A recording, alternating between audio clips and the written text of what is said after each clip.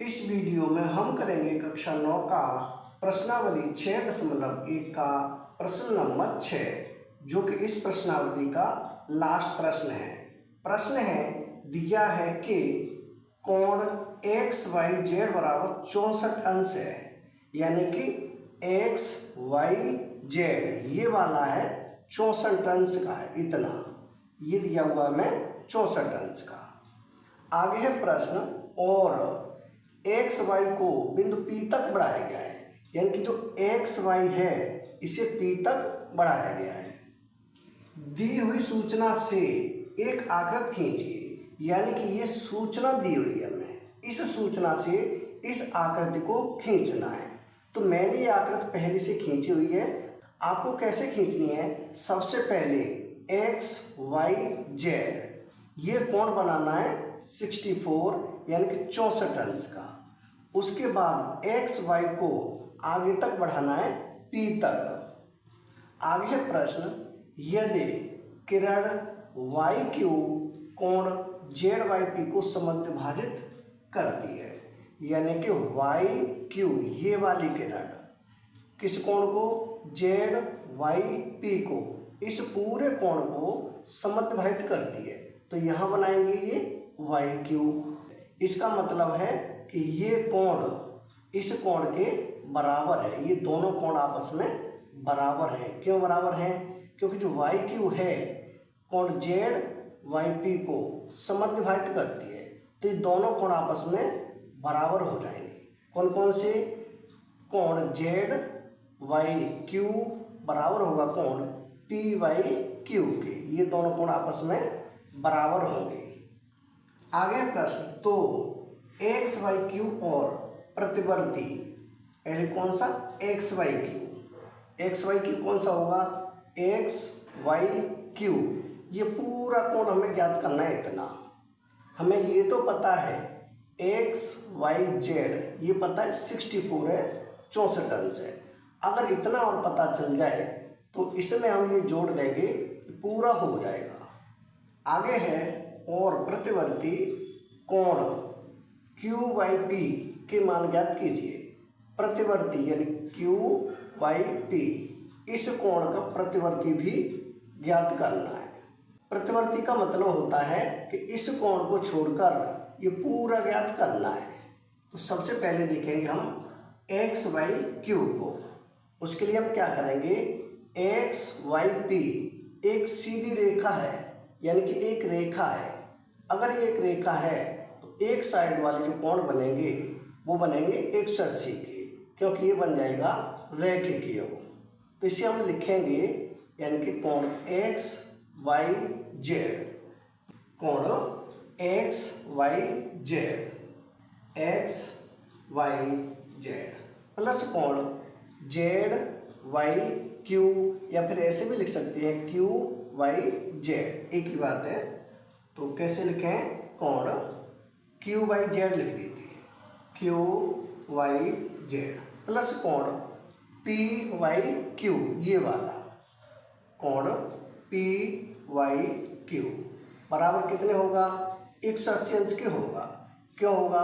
क्योंकि ये बन जाता है रैखिक योग। ब्रैकेट में लिखेंगे रैखिक योग, यानी कि रैखिक योग में है, इसलिए इनका योग है वो 180 है। अब हम देखेंगे एक्स वाई जेड। तो एक्स वाई जेड कितना दिया है? 64 अंश, तो यहाँ लिख देंगे 64 अंश plus Q Y Z, Q Y Z ये हमें निकालना है।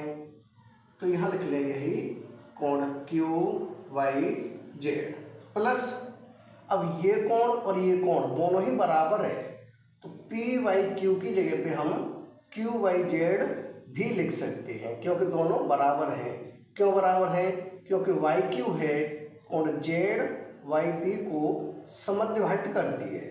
तो इसकी जगह पे हम क्या लिखेंगे? इसे लिख देंगे कोण क्यू वाई जेड को, कोण क्यू वाई जेड बराबर कितना है? 180 है। ब्रैकेट में लिख देंगे कोण क्यू वाई जेड बराबर है कोण पी बाई क्यू के, लिख दें इसे ब्रैकेट में। क्या है, क्यू बाई जेड बराबर है पी बाई क्यू के, कौन, पी बाई क्यू। ये कर दिया हमने ब्रैकेट में। क्यों बराबर है, क्योंकि जो वाई क्यू है कोण जेड बाई पी को समद्विभाजित करती है।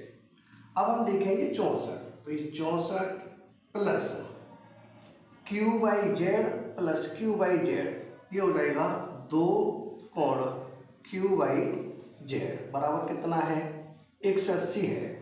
अब ये हो जाएगा 2 कोण क्यू बाई जेड बराबर है 180, 64 को ले जाएंगे दूसरी तरफ तो माइनस के हो जाएगा 64, यानी ये हो जाएगा आगे कोण क्यू बाई जेड बराबर 180 में से 64 घटाएंगे, यानी यहाँ हो जाएगा 10, 10 में से 4 घटाएंगे बचेगा 6, यहाँ बचेगा 7, 7 में से 6 घटाएंगे बचेगा 1 और यहाँ 1, यानी 116, यानी ये हो जाएगा कोण क्यू बाई जेड बराबर कितना, 116, पट्टी में हो जाएगा 2, 2 से काटेंगे तो हो जाएगा 2 पंजे 10, 1 बचेगा 2 अट्ठे 16, कितना हुआ 58 अंश हो जाएगा। क्यू बाई जेड कितना निकल के आया, यानी कि क्यू वाई जेड ये निकल के आ गया 58 अंश, तो यहाँ लिखेंगे हम 58 अंश। हमने निकालना क्या है, हमें निकालना है X Y Q, X Y Q ये पूरा निकालना है, तो इसे लिखेंगे और एक्स वाई क्यू बराबर क्या होगा, इन दोनों को जोड़ देंगे, यानी कोण एक्स वाई जेड, तो यहाँ लिखें कोण एक्स वाई जेड प्लस कोण क्यू वाई जेड प्लस कोण क्यू वाई जेड। अब ये हो जाए कोण एक्स वाई क्यू बराबर X Y Z, X Y Z कितना है 64 है, तो यहाँ लिखेंगे 64 plus Q Y Z, Q Y Z कितना निकल के आया 58, इसी लिख देंगे 58। अब इन दोनों को जोड़ देंगे, यानी कि एक्स वाई क्यू बराबर क्या होगा 8 और 4 12 हासिल 1, 5 और 6 11, 1 हासिल 12, कितना होगा 122, यानी कि कोण एक्स वाई क्यू कितना आ जाएगा 122 आ जाएगा। एक उत्तर तो हमारा हो जाएगा ये, यानी कोण एक्स वाई क्यू, कोण एक्स वाई क्यू कितना आया 122, एक उत्तर तो हो जाएगा हमारा ये। अब हमें निकालना है प्रतिवर्ती कोण क्यू वाई पी, यानी कि कोण क्यू वाई पी इस कोण का प्रतिवर्ती, तो ये दोनों कोण आपस में बराबर हैं, अगर ये 58 है तो ये भी 58 है, तो इसका प्रतिवर्ती निकालेंगे हम, तो यहाँ लिखे हैं प्रतिवर्ती,